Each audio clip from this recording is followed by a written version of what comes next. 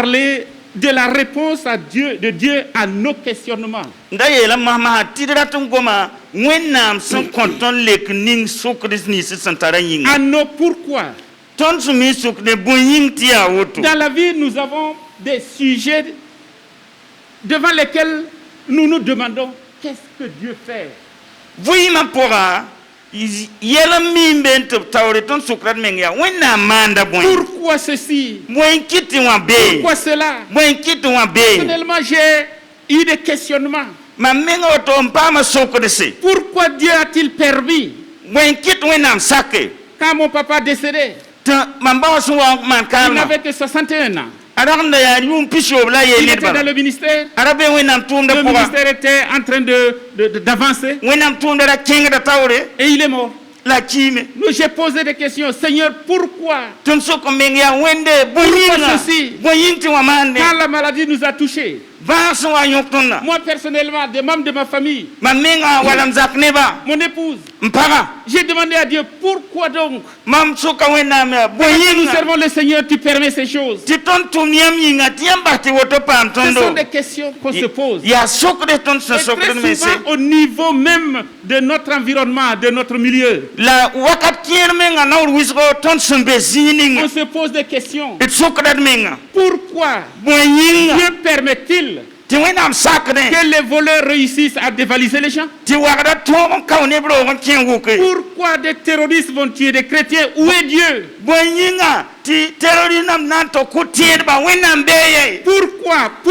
Pourquoi? Je veux vous dire, mes frères et mes sœurs, ces questionnements, nous ne sommes pas les premiers à les poser. Dans la Bible, nous avons des personnages qui ont posé ces questions. Job s'est posé la question, pourquoi? Pourquoi les justes souffrent-ils? Pourquoi je suis atteint de cette sorte? J'ai perdu mes enfants. J'ai perdu mes richesses. Je suis malade. Pourquoi? Ses amis sont venus. Ils lui ont dit, c'est parce que tu as péché. Parce que Dieu punit les pécheurs. Job dit, je sais que mon Rédempteur vit. Un jour, je me tiendrai devant lui. Il me rendra justice. Alléluia. Alléluia. Il s'est posé cette question. Et quand nous arrivons à David, David s'est posé cette question. Pourquoi celui qui ne suit pas Dieu, celui qui ne craint pas Dieu, le méchant, pourquoi prospère-t-il? Pourquoi il a de l'embonpoint? Pourquoi il semble ne pas être touché par les fléaux qui sont sur la terre? Marche avec toi. Pourquoi ces choses m'arrivent? Psaume 73 nous parle de la part d'Azaph.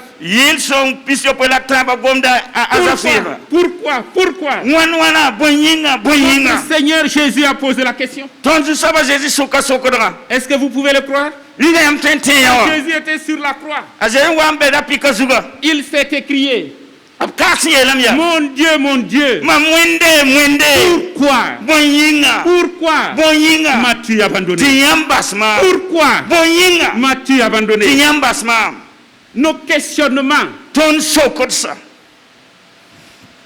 ne doivent pas traduire notre incrédulité envers Dieu.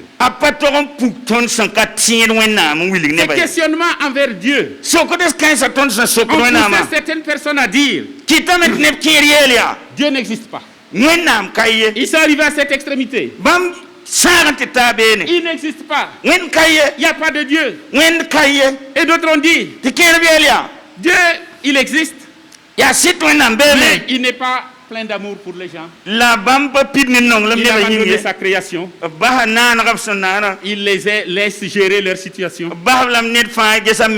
Ceux qui ont dit Dieu n'existe pas, ils ont dit, si jamais Dieu existait, il n'y aurait pas le mal sur la terre. Il allait avoir la force et la puissance d'arrêter le mal. Pourquoi un enfant va naître aveugle? Pourquoi une mère va s'en aller en donnant la vie? Pourquoi les injustes prospèrent? Nos questionnements. Dans la Bible, il y a eu un prophète. Au lieu de parler de la part de Dieu, il a parlé à Dieu de la situation dans laquelle il vit. Être prophète, c'est parler de la part de Dieu. C'est transmettre le message de Dieu. Mais ce prophète-là, Dieu a ouvert ses yeux pour qu'il voit la situation dans laquelle la société est. Et il a posé des questions à Dieu. Nous allons lire ensemble le livre du prophète Habakkuk. Habakkuk chapitre 1. Habakkuk chapitre 1.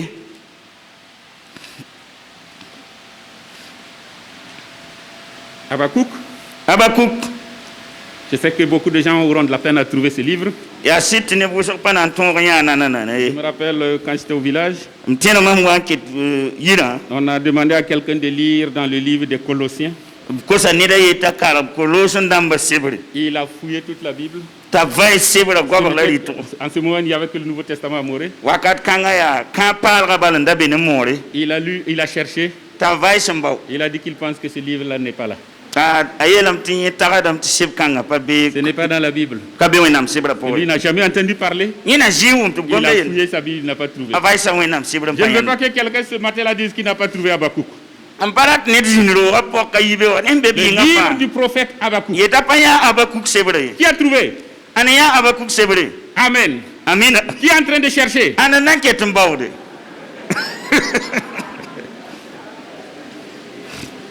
Amen. Amina. Habakkuk chapitre 1er. Habakkuk chapitre Jusqu'à quand, ô Éternel, j'ai crié et tu n'écoutes pas. J'ai crié vers toi à la violence et tu ne secours pas.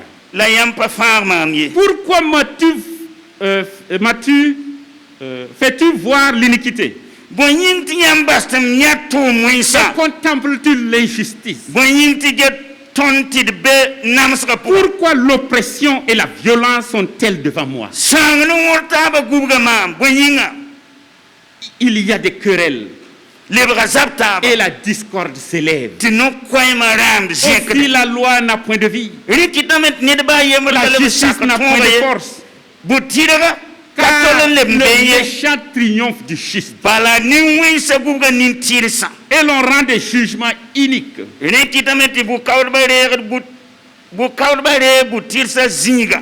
5, verset 5. La réponse de Dieu. Voici, jetez les yeux parmi les nations. Regardez et soyez saisis d'étonnement, d'épouvante, car je vais faire en vos jours une œuvre que vous ne croirez pas si on la raconte. Voici, je vais susciter les Chaldéens, peuple furibond et impétueux, qui traverse de vastes étendues de pays pour s'emparer des demeures qui ne sont pas habitées. Ces chevaux sont plus rapides que les léopards, plus agiles que les loups du soir.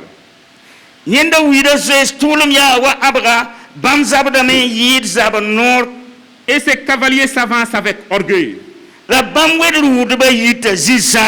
cavaliers arrivent de loin. Ils volent comme l'aigle qui fond sur sa proie. Tout ce peuple vient pour se livrer au pillage. Ses regards avides se portent en avant. Et il assemble des prisonniers comme du sable. Il se moque des rois Il se moque des rois.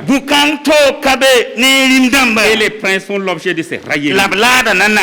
Il se rit de toutes les forteresses. Il amoncelle de la terre et il les prend. Alors son ardeur redouble. Il poursuit sa marche et il se rend coupable. Sa force à lui, voilà son Dieu. Avez-vous déjà lu ce passage? Le prophète Habakkuk a vécu à la même période que Jérémie, qu'Ézéchiel. Son message a été court, mais son message était poignant. Je vous disais tantôt, au lieu de parler de la part de Dieu, il parle à Dieu de ce qu'il voit. Il pose des questions à Dieu. Il discute avec Dieu. Habakkuk a vécu à un moment où le royaume de Juda, appelé aussi le royaume du Midi ou du Sud,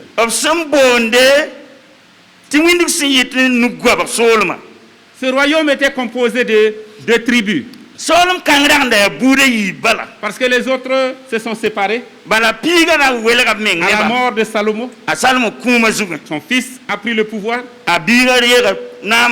Ce royaume unifié par David, Salomon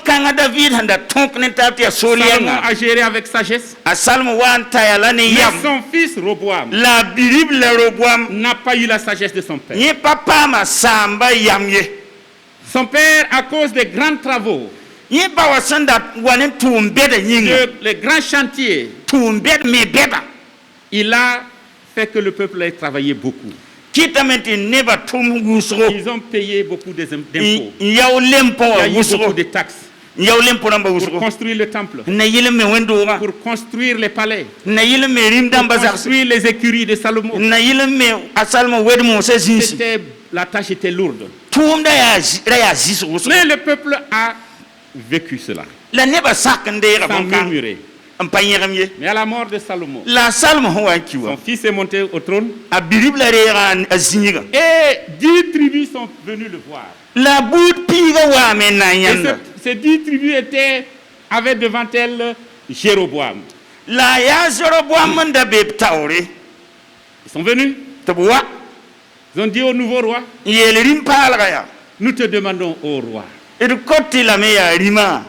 diminue les impôts. Diminue ces tâches, ceci, cela. Le peuple est fatigué. Roboam a dit, vous avez bien fait de venir. Donnez-moi quelques jours. Je vais aussi consulter mes conseillers. Il a vu les personnes âgées. Ils lui ont dit, écoute la voix du peuple. Tout pouvoir qui veut se perdre, c'est quand il commence à ne plus écouter son peuple. Quand il n'écoute plus son peuple, il se confie en sa propre force, à ses propres stratégies. Ils sont en train de perdre. Les Mossi disent, Nevlana, c'est le peuple qui fait le trône. Nevlana, c'est le peuple qui fait le pouvoir. Quand un pouvoir commence à ne pas écouter son peuple, il n'écoute pas les avis de son peuple. C'est un pouvoir qui va à la dérive. Et Roboam n'a pas écouté les vieux. Ils lui ont dit, écoute le peuple. Il a dit, je vais écouter, m'entretenir avec ceux de mon âge. Parce que l'avenir, c'est pour la jeunesse.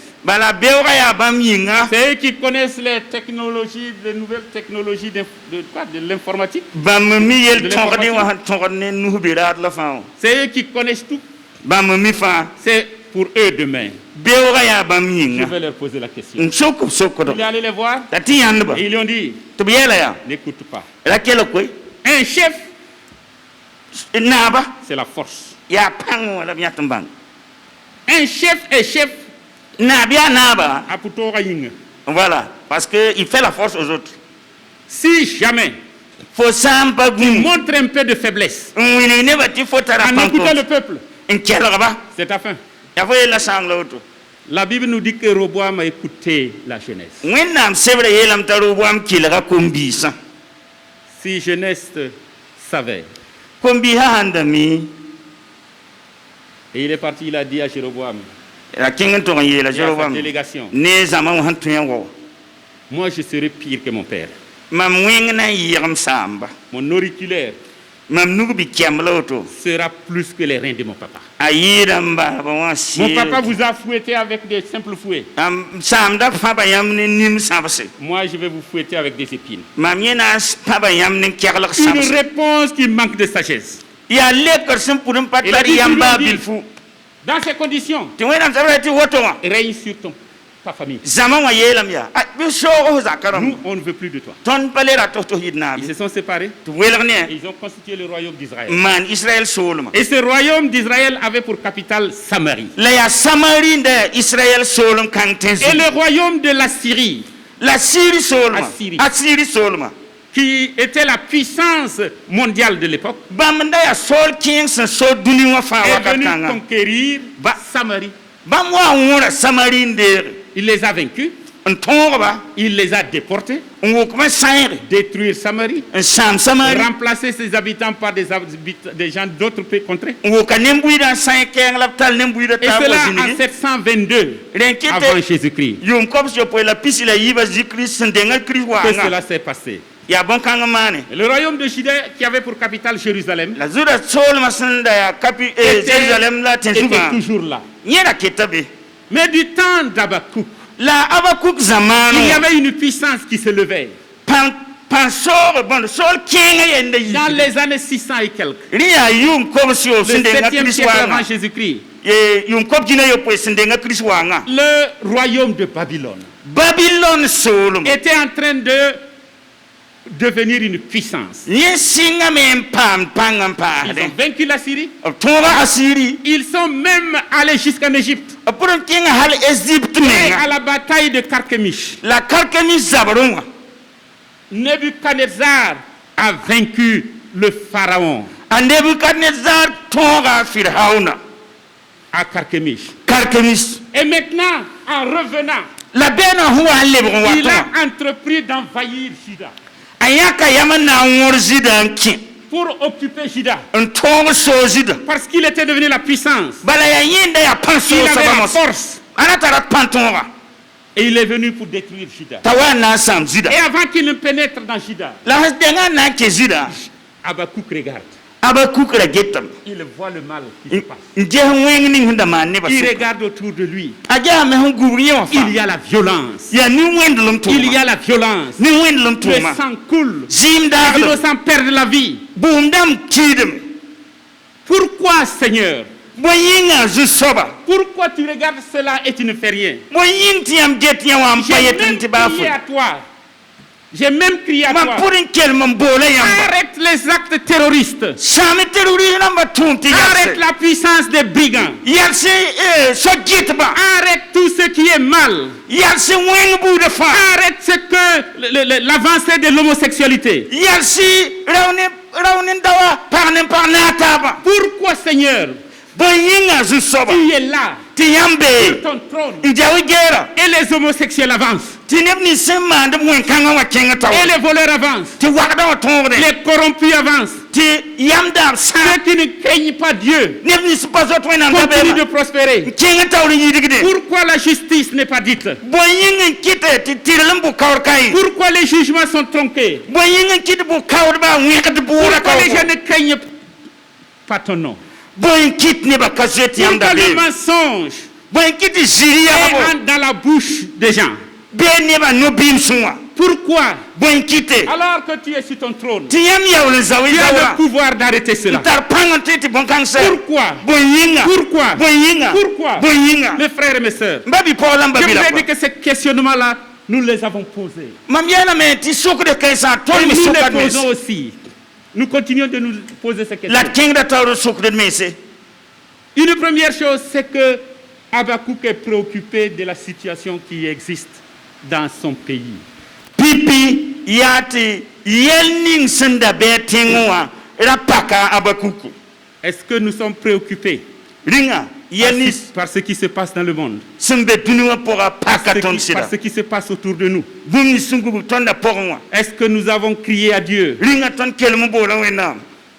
Est-ce que la situation morale de ceux qui nous entourent nous préoccupe? Est-ce que la violence qui se fait nous préoccupe? Habakkuk était préoccupé. Il ne s'est pas tourné vers les syndicats. Il ne s'est pas tourné vers ceux qui peuvent détruire. Il s'est tourné vers Dieu. Et il a posé la question à Dieu. Je sais que tu peux. Je te fais confiance. Tu as le pouvoir sur tout. Mais pourquoi tu es silencieux? Pourquoi tu n'agis pas? Nous aurions pensé que Dieu, quand il voit quelqu'un qui veut commettre le mal, qui veut violer le droit de quelqu'un, des pauvres, Dieu va agir du ciel. Il envoie la foudre qui détruit. On aurait pensé que tous ceux qui se mettent d'accord pour détruire, Dieu va faire pleuvoir sur eux le feu de sa colère. Et nous semblons ne pas voir Dieu se lever de son trône. C'est comme si Dieu n'agissait pas. C'est comme si Dieu a laissé le peuple à son sort.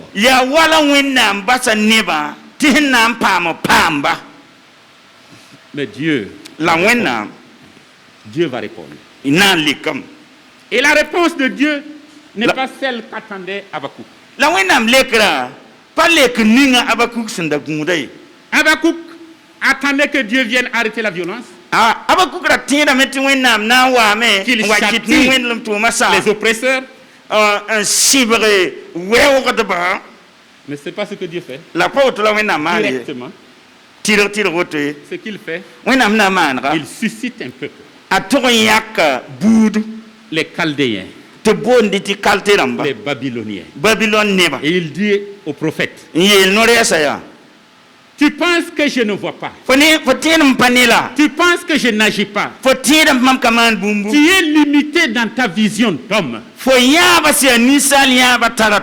es limité parce que ton existence sur cette terre est limitée. Tu ne vois pas au-delà de ta propre existence. Mais moi je vois plus loin. Moi je vois la fin même de l'histoire de l'humanité. Moi je vois tout. Je connais tout. Et j'agis en temps opportun. Selon mon omniscience, j'agis. Toi, tu ne sais pas. Moi, j'ai suscité les Babyloniens. Ils vont venir. Et nous avons lu la description de ce peuple. Un peuple furibond. Sa force est son Dieu. Leurs chevaux sont rapides comme les léopards. Ils n'ont pas pitié. Ils vont livrer au pillage Juda. Ils vont détruire Juda. Voici ce que je vais faire. Mais mon silence n'est pas un oubli. Je donne toujours le temps de la repentance. C'est un moment favorable. Repentez-vous. Changez de vie. Revenez à Jésus. Sinon, il y a un temps pour le jugement. Il y a un temps où Dieu va exercer sa justice. Il va exercer sa colère. C'est là qu'il a dit à Habakkuk, voici ce que j'ai préparé. Ils vont venir. Ils vont détruire ce peuple. Habakkuk, quand il a entendu cela, il était plus confondu qu'avant. Premièrement, il ne comprenait pas pourquoi Dieu est silencieux. Deuxièmement, il ne comprend pas le châtiment, l'instrument du châtiment qu'il va utiliser.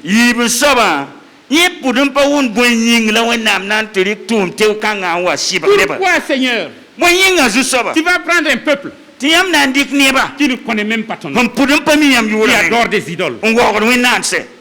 Et c'est ce peuple-là qui va exercer le jugement de Dieu sur le peuple de Juda. Oh Seigneur, ça c'est, on ne comprend plus rien. Nous, même si nous désobéissons, au moins il y a quelques justes parmi nous.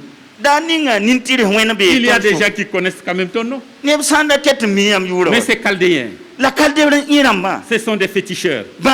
C'est des charlatans. C'est des gens qui ne connaissent pas ton nom. Comment? C'est eux qui vont venir châtier ton peuple. Il est complètement désemparé. Je lui dis, ce que j'ai dit va arriver. Ce que j'ai dit va arriver. Et Habakkuk n'a que 3 chapitres. N'a que 3 chapitres. Au dernier chapitre, il va dire, je suis convaincu que ce que tu vas faire là, c'est juste. Même si je n'ai plus rien. Même s'il n'y a plus de bœufs. Les bœufs. Il n'y a plus de brebis. Il n'y a plus de nourriture. Nos économies sont parties. Je vais me réjouir toujours en l'Éternel. Je vais me réjouir toujours en l'Éternel. Et il dira, quelle que soit la situation, le juste vivra par la foi. Dans une situation qui ne comprend pas, où Dieu semble silencieux, où la verge de la correction vient d'un peuple barbare. Il dit, même surtout dans cette situation, le juste vivra par la foi, pas parce qu'il voit, mais il vivra par l'espérance vivante que Dieu donne, par l'espérance vivante que Dieu nous donne par son Fils Jésus-Christ. Nous ne pouvons pas tout comprendre. Si nous comprenons tout, nous serons Dieu. Mais nous ne pouvons pas tout comprendre. Mais nous devons vivre par la foi. Nous pouvons vivre par la foi. Croire à ce que Dieu a dit. Espérer toujours en lui. Lui rester fidèle. Même si tout disparaît. Même si je perds mon travail. Même si les miens m'abandonnent.